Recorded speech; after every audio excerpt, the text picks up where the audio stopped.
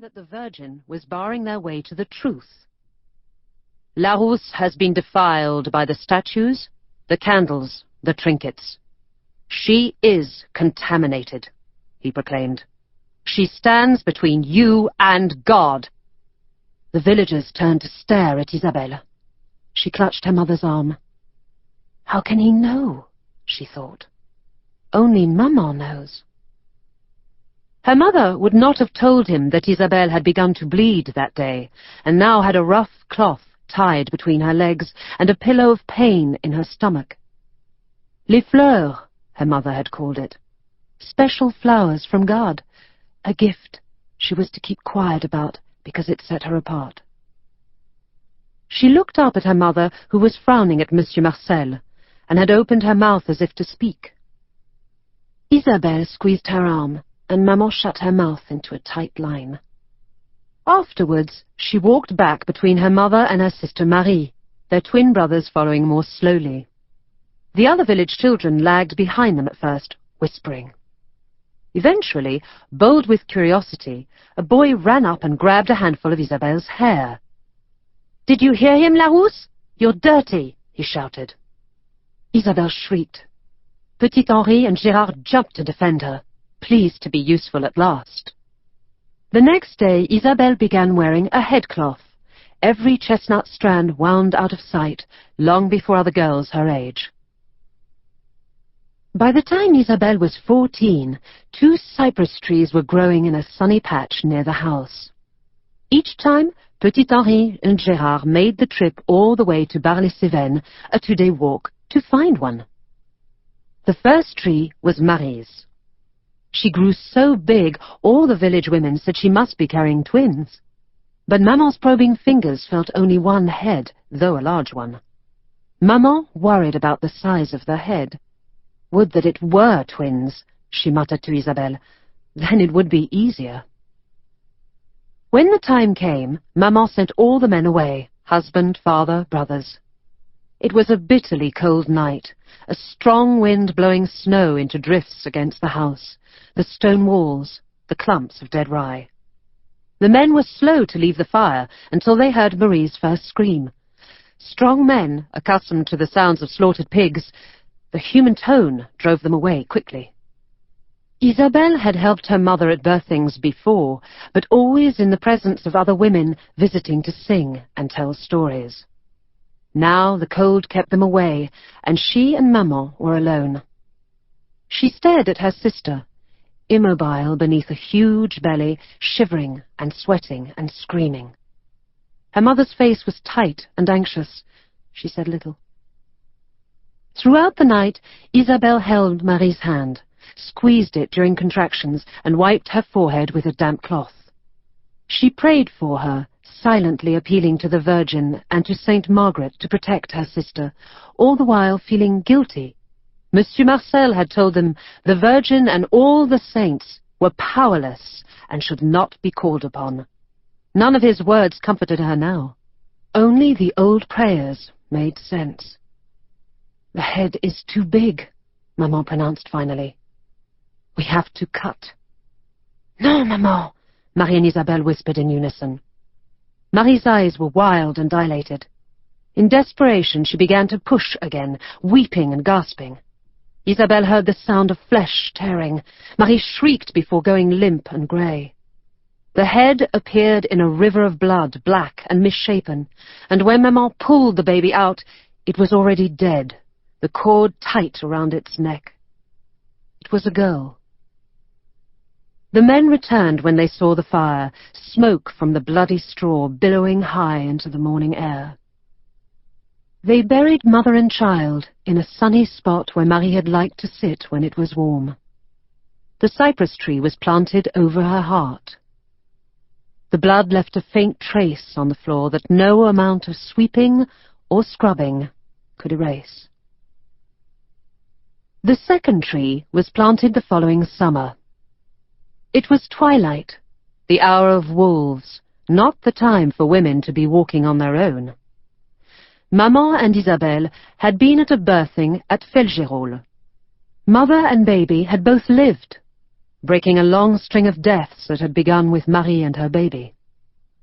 This evening they had lingered, making the mother and child comfortable, listening to the other women singing and chatting, so that the sun had sunk behind Mont-Lozère by the time Maman waved away cautions and invitations to stay the night, and they started home. The wolf lay across the path as if waiting for them. They stopped, set down their sacks, crossed themselves. The wolf did not move. They watched it for a moment, then Maman picked up her sack and took a step toward it. The wolf stood, and Isabelle could see, even in the dark, that it was thin, its grey pelt mangy. Its eyes glowed yellow, as if a candle were lit behind them, and it moved in an awkward, off-balance lope. Only when it was so close that Maman could almost reach out and touch the greasy fur did Isabelle see the foam around its mouth and understand. Everyone had seen animals struck with the madness, dogs running aimlessly, foam flecking their mouths, a new meanness in their eyes, their barks muffled. They avoided water. The surest protection from them, besides an axe, was a brimming bucket. Maman and Isabelle had nothing with them but herbs, linen, and a knife. As it leapt, Maman raised her arm instinctively, saving 20 days of her life, but wishing afterwards that she had let it rip out her throat quickly and mercifully. When it fell back, when the blood was streaking down Maman's arm, the wolf looked at Isabelle briefly and disappeared into the dark without a sound. While Maman told her husband and sons about the wolf with candles in its eyes, Isabelle cleaned the bite with water boiled with shepherd's purse and laid cobwebs over it before binding the arm with soft wool. Maman refused to sit still, insisted on picking her plums, working in the kitchen garden, continuing as if she had not seen the truth shining in the wolf's eyes. After a day, her forearm had swelled to the same size as her upper arm, and the area around the wound went black. Isabelle made an omelette, added rosemary and sage, and mouthed a silent prayer over it. When she brought it to her mother, she began to cry. Maman took the bowl from her and ate steadily, her eyes on Isabelle, tasting death in the sage until the omelette was gone. 15 days later, she was drinking water when her throat began to contract in spasms, pumping water down the front of her dress. She looked at the black patch spreading on her chest and sat in the late summer sun on the bench next to the door. Fever came fast and so furious that Isabelle prayed death would come as swiftly to relieve her. But Maman fought, sweating and shouting in her delirium, for 4 days. On the last day, when the priest from Le Pont de Montvert arrived to perform the last rites, Isabelle held a broom across the doorway and spat at him until he left. Only when Monsieur Marcel arrived did she drop the broom and stand by to let him pass. 4 days later, the twins returned with the second cypress tree. The crowd gathered in front of the church was not used to victory, nor familiar with the conduct of celebration. The priest had finally slipped away 3 days before. They were sure now that he was gone. The woodcutter Pierre Laforêt had seen him miles away, all the possessions he could carry piled on his back. The early winter snow covered the smooth parts of the ground with a thin gauze, wrecked in places by leaves and rocks. There was more to come, with the sky the colour of pewter to the north, up beyond the summit of Mont-Lozère. A layer of white lay on the thick granite tiles of the church roof. The building was empty. No Mass had been said there since the harvest. Attendance had dropped as Monsieur Marcel and his followers grew more confident. Isabelle stood among her neighbours listening to Monsieur Marcel, who paced in front of the door, severe in his black clothes and silver hair. Only his red-stained hands undermined his commanding presence, a reminder to them that he was, after all, simply a cobbler. When he spoke, he focused on a point over the crowd's head. This place of worship has been a scene of corruption. It is in safe hands now. It is in your hands." He gestured before him, as if he was sowing seed. A hum rose from the crowd. "It must be cleansed," he continued. "Cleansed of its sin, of these idols." He waved a hand at the building behind him. Isabelle stared up at the Virgin. The blue behind the statue faded, but with a power still to move her. She had already touched her forehead and her chest before she realized what she was doing, and managed to stop without completing the cross. She glanced around to see if the gesture had been noticed.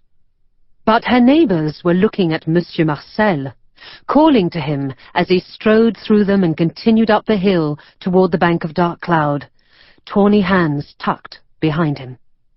He did not look back. When he was gone, the crowd grew louder, more agitated. Someone shouted, "The window!" The cry was taken up. Above the door, a small circular window held the only piece of glass they had ever seen. The Duc de l'Aigle had installed it beneath the niche 3 summers ago, just before he was touched with the truth by Calvin. From the outside, the window was a dull brown, but from the inside it was green and yellow and blue, with a tiny dot of red in Eve's hand. The sin. Isabelle had not been inside the church for a long time, but she remembered this scene well. Eve's look of desire, the serpent's smile, Adam's shame. If they could have seen it once more, the sun lighting up the colors like a field dense with summer flowers, its beauty might have saved it. But there was no sun, and no entering the church. The priest had slipped a large padlock through the bolt across the door. They had not seen one before. Several men had examined it, pulled at it, uncertain of its mechanism. An axe would have to be taken to it, carefully, to keep it intact. Only the knowledge of the window's value held them back. It belonged to the Duke, to whom they owed a quarter of their crops, in turn receiving protection, the assurance of a whisper in the ear of the king. The window and the statue were gifts from him. He might still value them. No one knew for certain who threw the stone, though afterwards several people claimed they had. It struck the center of the window and shattered it immediately. It was a sound so strange that the crowd hushed. They had not had glass break before. In the lull, a boy ran over and picked up a shard of glass, then howled and threw it down. "It bit me!" he cried, holding up a bloody finger. The shouting began again. The boy's mother snatched him and pressed him to her. "The devil!" she screamed. "It was the devil!" Etienne Tournier, hair like burnt hay, stepped forward with a long rake. He glanced back at his older brother, Jacques, who nodded. Etienne looked up at the statue and called loudly, "La Rousse!" The crowd shifted, stepped sideways that left Isabelle standing alone. Etienne turned round with a smirk on his face, pale blue eyes resting on her like hands pressing into her. He slid his hand down the handle and hoisted the rake up, letting the metal teeth descend and hover in front of her. They stared at each other. The crowd had gone quiet. Finally, Isabelle grabbed the teeth. As she and Etienne held each end of the rake, she felt a fire ignite below her belly. He smiled and let go, his end tapping the ground. Isabelle grasped the pole and began walking her hands down it, lifting the teeth end of the rake into the air until she reached him. As she looked up at the Virgin, Etienne took a step back and disappeared from her side. She could feel the press of the crowd, bunched together again, restless, murmuring. "Do it, La Rousse!" someone shouted. "Do it!" In the crowd, Isabelle's brothers stood staring at the ground. She could not see her father, but if he was there as well, he could not help her. She took a deep breath and raised the rake. A shout rose with it, making her arm shake. She let the rake teeth rest to the left of the niche and looked around at the mass of bright red faces, unfamiliar now, hard and cold. She raised the rake, propped it against the base of the statue.